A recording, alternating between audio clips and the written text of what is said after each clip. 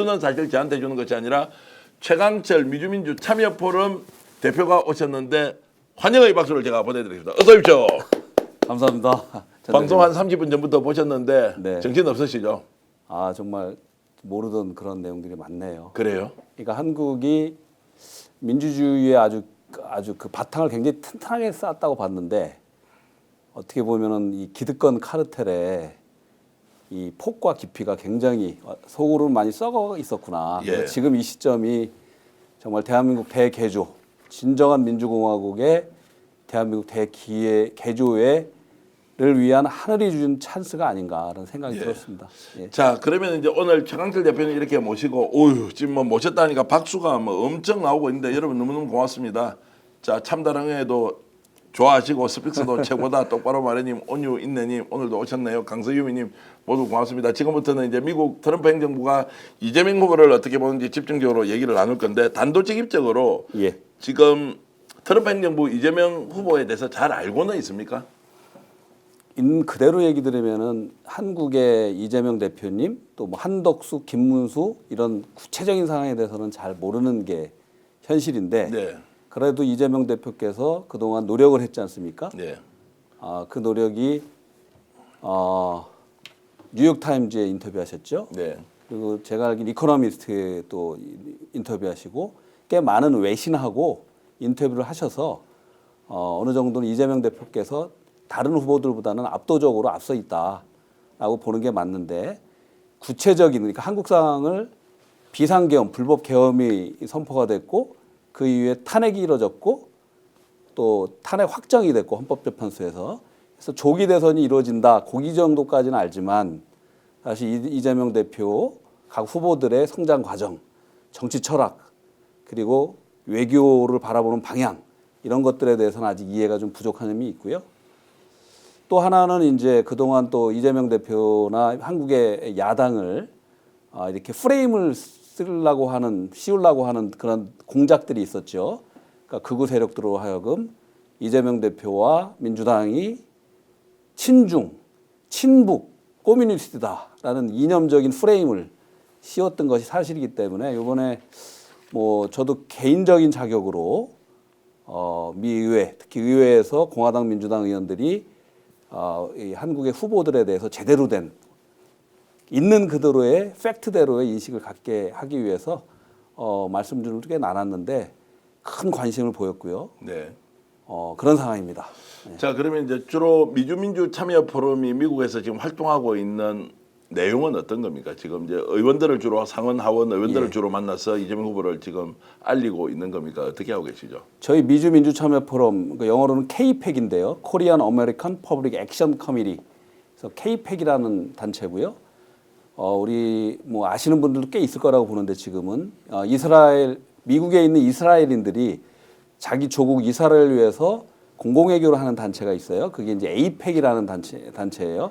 American Israeli Public Affair Committee라는 데가 있어요. APEC. 저희 KPEC도 나름 그거를 벤치마킹을 하고 지금 한 1,000여 명 정도 멤버가 돼 있는데 저희가 원하는 한 10여 년 가까이 한반도 평화를 위해서 보수 진보를 가리지 않고 우리 한반도의 분단을 극복하고 평화를 이뤄내는 거는 우리 모든 후손들을 위한 거잖아요. 우리 현재의 우리를 위한 것이기도 하고 우리 한민족 후손들의 미래를 위한 것이거든요.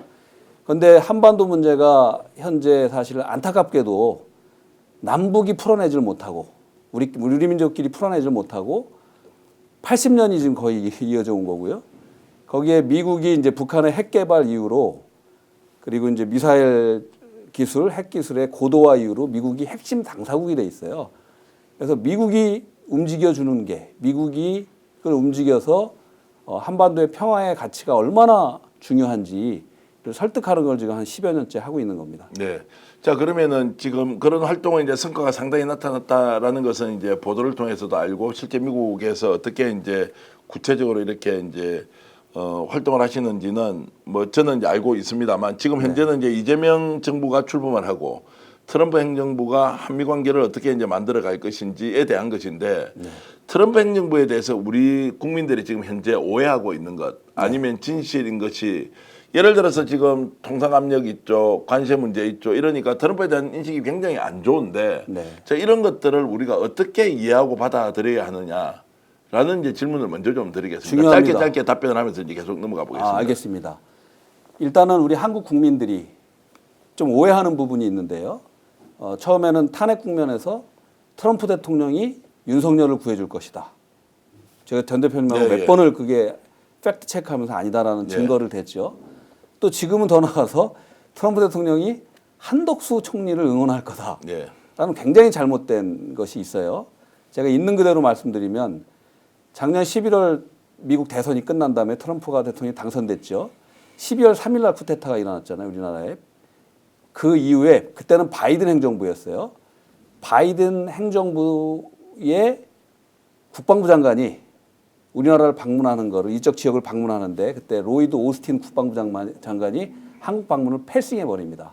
그리고 국무부 또 백악관 대변인들이 이 계엄 사태를 불법이다라고 규정하면서 굉장히 비난을 하고 미 의회는 뭐 브레 셔먼 의원 중심으로 돼서 개별 비난 성명 나오고 하원에서 완전히 뭐 이 한국의 민주주의가 평화됐다, 훼손됐다. 이 한국 민주주의의 훼손은 즉 전 세계 민주주의에 대한 도전이요 훼손이다. 라고 미국은 영킴의원 외에는 모두 다 이 탄핵 세력을 비난을 했어요. 그리고 이제 트럼프 대통령이 1월 20일 날 취임하지 않습니까? 그 다음에 또 중대한 사건이 있어요. 그 지금 피트 헤그세스 국방부 장관이 또 이 하와이부터 괌까지 이 아시아 태평양의 주요 미군 기지를 방문하는데 전 세계에서 제일 큰 평택 미군 기지가 시설이 최고 좋은 그걸 방문을 뺍니다. 그 또 중요한 분이 또 한 분이 방문을 해요. 그분은 이제 털시 가바드라고 우리 몇 번 얘기했잖아요.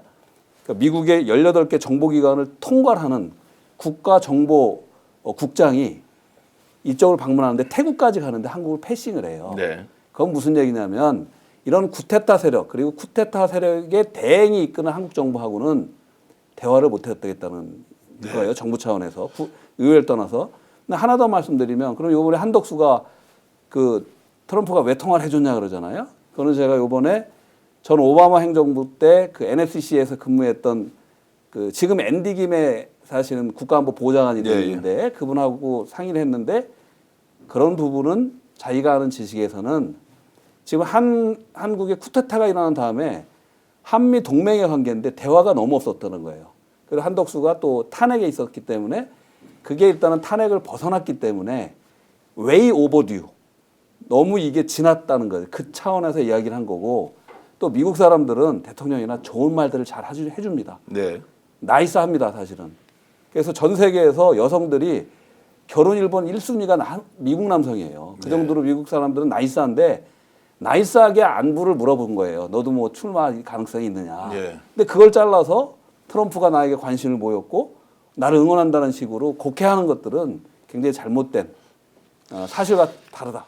오늘 방송 어떠셨습니까? 마음에 들었다면 구독, 좋아요로 스픽스를 응원해 주십시오. 여러분들의 구독, 좋아요는 가장 큰 힘이 됩니다. 스픽스 구독, 좋아요.